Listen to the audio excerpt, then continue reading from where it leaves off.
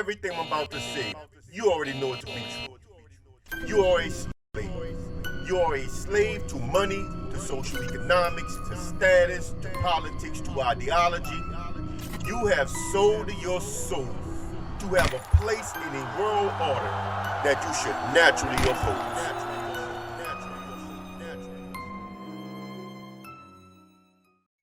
Whoa now. Welcome back to the Black Owl from your boy, Brother Kush. Look, I want to piggyback off something that Brother O'Shea said. I'm going to give a shout out to O'Shea for doing a video. He did a video talking about this British invasion of black actors that are replacing black American actors. And in the video, he played a clip of Dr. Claude Anderson talking about how we're going to become a permanent underclass and be replaced by these people, you know what I'm saying? But the telling part about Dr. Claude Anderson clip that O'Shea played is how Claude Anderson described what our goal as black Americans should be. And if you didn't listen to that, listen to it right now. This is what it is. One of the alarming predictions you make in the book is along those lines. You mentioned that blacks will be pretty much a permanent underclass in America by the year 2015. Why the year 2015? One, we anticipate by that point in time, based on all the research that's coming to us, that the next generation of whites are going to be more anti-black than they've been since the civil rights movement. Two, we anticipate by the same token about 86 million Hispanics coming into the United States and about 41 million Asians by that point in time, which is going to kick black folk out of being the minority in the society down to a minority. We've been number 2 in the society for 400 years as a group. We're going to become number 4. And if we have not gotten anything after being number 2 for 400 years, you guess what's going to happen when we become number 4. Because at that point in time, all the new groups coming into America, they're coming in higher than we are because this country operates off of a preferential acceptance program, which means that groups are coming in based on skin color. And black folk would not be able to penetrate through those groups to get to the white society. Whoa! Now, I don't know if you caught that, but at the very end, he said that our goal is to basically penetrate through these other, basically to get into white society. And he said that what's going to happen is that these other groups are going to become buffers between us and white society, and we won't be able to penetrate through them to get into white society. But why should we want to get into white society? See, that's the first problem. I'm telling y'all, but y'all get mad at me, man, because I put the pin in the balloon of all y'all heroes, man. But Dr. Claude Anderson don't care about black people, bro. The man has never cared about us. He feels trapped by us. He's tethered to us. He don't like us. He wish he could buy his way out of being black. He'll do it. He can't. This is why all of them eventually come back to make their money off of us. And they do so by insulting us as if we don't support each other when they make their money 100% exclusively off of black people. But the majority of black people who have been designated as the underclass in America's capitalist system will never make it by themselves. It will never be a bootstraps, LLC, start you a business, buy you some stock moves for black people to get us out this situation. It does not work. The numbers literally do not add up. If you are black and you are wealthy, or even just making good money in America, you are doing it 2 ways. You have found access to white capital, or you are exploiting black people. That's it. I'm sorry. That's the reality of the situation. All these Negroes are rich because of black people. Boyce Watkins, Claude Anderson, Umar Johnson, Reza Islam, Nuri Muhammad, Wesley Muhammad, Minister Farrakhan. I mean, I can go on and on and on. Red pill content creators, mediocre, who calls himself mediocre. You might want to look up what that term means. Mediocre. O'Shea. I don't know if O'Shea got it like that yet, but I mean, Kevin Samuels got rich. You know what I'm saying? Obsidian, he's making good money. Coach Greg Adams. I mean, these people, they make their money 100% exclusively off of black people. But Coach Greg Adams kind of crossed over a little bit into the white red pill now, you know what I'm saying? Being the coon that he always was, you know. But They make their money basically 100% off of black people, but that they'll tell you how we stupid, we don't support each other, we this, we dumb, and this is their stick to us. This is how they talk to us, man. It's crazy, man. It's like the more y'all get insulted by these people, the more y'all support him. The Black Authority, Jason Black. This man is anonymous. He's rude. He's arrogant, and y'all love him. Y'all love him. It's just it's amazing. But anyway, to this topic, what Claude Anderson understands is that we are a permanent underclass here in America because we don't control the system. Come on, people. Is Pookie the only one who has some kind of common sense? You cannot rise above a system by working within the mechanisms of that system. You can't do it. You just can't do it. There is no way to go through a system to get above a system. You got to walk out of the system. You got to take yourself out of the equation. Am I the only one who understands this? As long as we go through their universities, we in their system. As long as our credentials come from them, our accreditations come from them, we're within their system. This is why so many blacks don't know who they are, which is what I'm going to when I talk about these black Brits and stuff, right? We don't know who we are. Let me tell y'all something about the age of television and our pigments in our skin as black Americans. We have an undertone of a reddish type of pigment, right, in our skin that actually changes how we look in different light. In certain lights, any of us could look like we so black that like we blacker than this microphone. Any of us can look blacker than this microphone. And in other lights, you can see our true tone. We are just a different ethnic group of people. They call the inhabitants of the Americas the copper color racists, meaning there was many of us. It was hundreds of millions of us, tens of millions, maybe even 100 million of us or more scattered throughout the Americas and the West Indies. So when they came here, they seen that we had different shades, different looks, different hair textures. We varied. We didn't come in one form. So as time go on, they educate more and more blacks, brainwashing them with Africano studies and everything, right, in liberal arts schools and classes, right?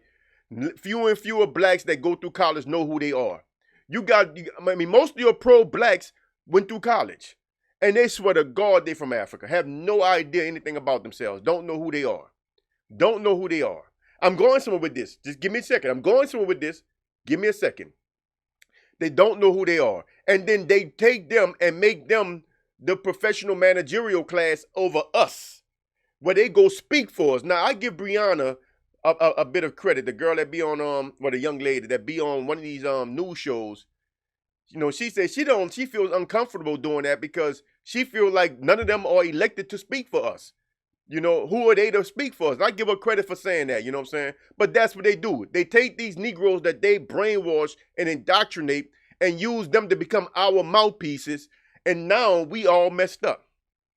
Now you got some 90-something-year-old woman out there trying to make Juneteenth a national holiday, knowing damn well Juneteenth ain't got nothing to do with black Americans. At most, that's a Texas thing. At most.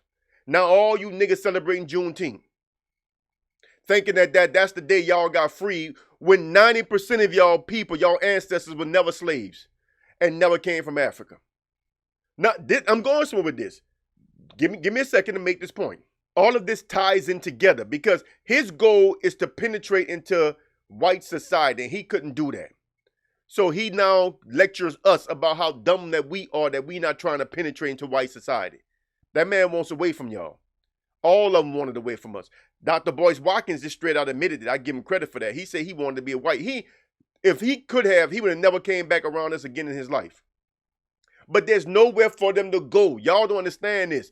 There is a buffer there. Crossing over and selling out is not as easy as y'all think it is. It is not as easy, man. There's a buffer there. Racism is real. The hatred is real. Now let's talk about these British actors. I was talking about the pigments in our skin, right? Well, the reason why they bring in Brits to portray us is because at one time the televisions were black and white. Y'all don't remember that, but I do, right? And then when you move past the black and white, you got into like a grainier, you know, color TV was a little grainy, you know, it didn't look, it wasn't clear, didn't look good, whatever, you know. But around 2005-ish, 6-ish, 7-ish, 8-ish, you start getting these clearer TVs where you can really see how a person look. And that's when they started seeking out alternatives for our representation. Even in the older movies, if you notice, they always try to find the blackest nigga they can find to put in the movie. Always did it. They've always been doing it. Y'all talk about, you know, colorism, but in mainstream, the blacker your ass is, the more you will be accepted. Because then you become a prime representation of the way they want to perceive black Americans to the outside world. That's what it's about. Because you got to remember, these Brits, these black Brits, they are Africans. They are Africans. They don't look like us. My wife is from Europe. She said that they never had a problem telling the African from the black American. Always could tell them. So at sight, she said, as soon as they seen him, they could tell who was black American and who was African. Now, you got some overlap. Yes, you're going to have some black Americans that got more African features. And yes, you're going to have some Africans, especially up there in the northern part, that got more black American features. This is why they try to tell you that you come from that area in the northern part around the Sahara area. They try to say, well, that's where y'all from, you know. Nah, they just, long story. I won't get into that right now. Oh, boy, I'm telling you, I got so much shit to tell y'all, bro. I got so much shit done. I'm just trying not to unload it all at one time, man. I got so much shit to tell y'all. You know what? Fuck it. What happened is, if you understand the continental drift, right? The way the continents were connected. If you look at where the Americas is right now, right? Where we at predominantly in the South and South America, right? If you put the map all together, what's called Pangea, right? If you put the whole thing together and you look at where we are right now, you will see that that part of Africa was connected to us, and so was Europe, was connected to us. So in that space, you already had these people. That's why they look like us, because we were once all the same people. As it separated, we separated. But we are still here. So we didn't come from Africa. We are where we come from. We are where we've always been. We are still on our land since the beginning of beginnings. We are where we always were. So anyway, my point is, they are trying to control the way we are portrayed to the world. So they bring in black Brits, right, that can mimic our accents. And they still get the tone, they still get the attitude, the swag, and everything of a black American without using a black American. So now they can get people that don't look like us to play us. And then they go out and find all these biracial girls all over the place, black women, right? To play black women. So that when you see a black woman with certain features and certain hair textures, you would think that she is biracial. But let me show you a clip of this sister who got her own hair. Because I tell you all the time, when I grew up, the black women had hair in their head. It was long, and it was their hair. I don't know what y'all talking about. Y'all don't need weave. Y'all just don't take care of y'all damn hair. But look at this sister that's back home in Louisiana. She's now, I think she live in Baton Rouge area. Look at this sister here. Look at her hair after she washes it. Look at this. That is all her hair. And this is the hair texture that I grew up seeing on black women. But they want you to see this now and think, no, her hair is like that because she's mixed. See, so they bring these biracials in because they want to control the perception of how we look. That's all it's about, O'Shea. It's not about talent. I mean, they are talented, the black Brits. They are talented because they can mock our accents. All of them. They can do Southern accents, West Coast, East Coast. They good. But that's not why they bringing them in. They bringing them in because they just can't find enough black-ass niggas in America to act. These people literally hate us so much they won't even give us a job being us. Aretha Franklin was played by Brit. Fucking Harriet Tubman played by a Brit. They hate us so much they won't even give us jobs being us. because they need to control how we look. We got all these light-skinned, red-ass black Americans, man. You never see them represented in movies. Not unless they came into Hollywood through something else, like as a comedian, as a rapper, as a singer, something like that. They had to come in another way. They never get jobs if they too light in skin. Never. I might be too light for Hollywood. They never get jobs, particularly not the men. They'll give the women jobs, and just because they got you thinking they biracial, they'll give the woman a job. That's all it's about, controlling our image. The only thing you own, black man, is your swag, your energy. That's it. Because everybody mimic that. Everybody copy that. Everybody want to be that. But as long as we're trying to be white men in black skin, we are losing ourselves. We are losing the one thing that we can control, our uniqueness. As long as we listen to these red pill dudes beat us down because we act too black, we need to put on suits and be high value and all this shit. Nah, man. Your uniqueness is in being you. Every time you brothers try to tell me how we don't have no dating options, I'm like, man, come on. I've dated all kinds of women all across the spectrum. I'm thugged out with gold teeth. Don't tell me they don't like us. Don't tell me they... And I get tired of you dudes trying to tell me that my experience isn't real. Another dude told me I'm a little bit off. Now, he wasn't being disrespectful. He said, you know, I appreciate you for trying. Trying? Nigga, I'm telling you what I know to be true. Y'all got problems, man. Y'all got problems. I am not pulling shit out of my ass. I'm telling you what I know to be true. Telling you what I've done. Telling you what I've seen. Telling you what I've experienced. This is not opinion. This is not theory. This is facts. And I'm telling you, your swag is the most attractive thing about you, black man. And the more you try to get away from it. See, like all you do is making a mockery of the way I talk. Oh, man, you got that heavy accent. We can barely understand you. But guess what? Them hoes understood me. Every bitch from South America, Central America, Europe, they understood me. Every bitch from the West Indies, they understood me. Those women understood me. Nah, y'all dudes fake, bruh. Accent is no indicator of intelligence, man. Vernacular and intonations, that's no indicator of intelligence. That's no indicator of swag. You dudes try to be white, and you're taking out of you the only thing that makes you attractive as a black American man.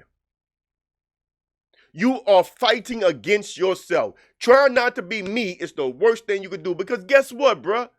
We all are here for a short period of time. All you got is your experience in this plane. Don't be mad at me. I'm trying to help y'all. But I'm telling you, unless you want to be you, the way Allah made you, you are not going to enjoy this one experience, because we going to be a permanent underclass, whether Claude Anderson understands it or not. We can't buy our way out of this because we don't control the system. And systemic racism is a real thing. We will always be a permanent underclass until we declare who we actually are. That Obama, the man y'all hate, not that I like him, but the man y'all hate, made possible when he went to the United Nations and got that declaration for the rights of indigenous people to declare their own identity. You think he was doing that for the fake Indians? We already called them Indians. We already accept them as being Native Americans, and they're not even indigenous from over here. Who you think he was doing that for?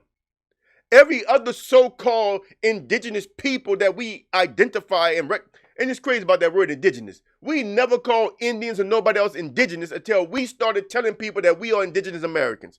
Then our professional class, our Negroes in the media, our Negroes in with the PhDs and all this stuff, they started using the word indigenous to represent other people after we started saying we are the true indigenous.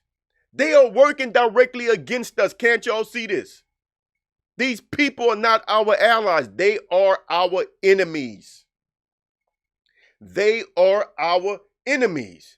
But we're going to be an underclass until we declare who we are so we can take ourselves outside of the system.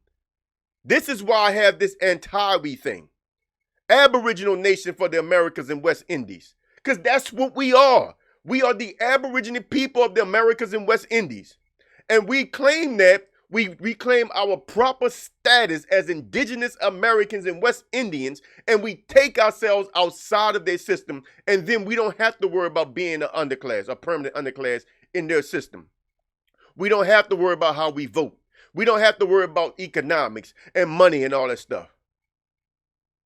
Y'all never ask yourself how we end up with billions of acres of land if we were the slaves in the so-called Native America, they sitting on in dusty ass reservations? Y'all never ask yourself, how is that possible?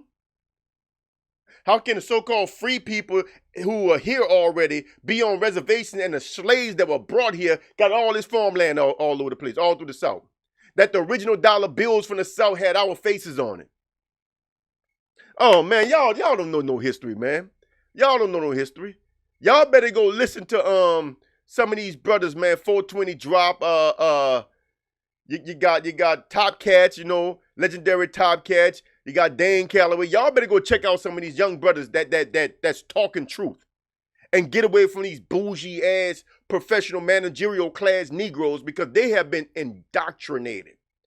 Now you got a 90-something-year-old lady pushing to make Juneteenth a national holiday, knowing damn well her people was never slaves. That old ass lady know that. She is old enough to have known for a fact that her people were never slaves. Unless her grandmother and great-grandmother, all these people died at 25, she know damn well her people was never slaves. When you that old, you touch some generations. You touch across some generations. Hell, I'm not that old, and I know damn well my ancestors were never slaves. They brainwashed in college. And y'all get mad at brothers like me because we want no parts of that. This is why they got y'all want to hate us. See, our minds are free.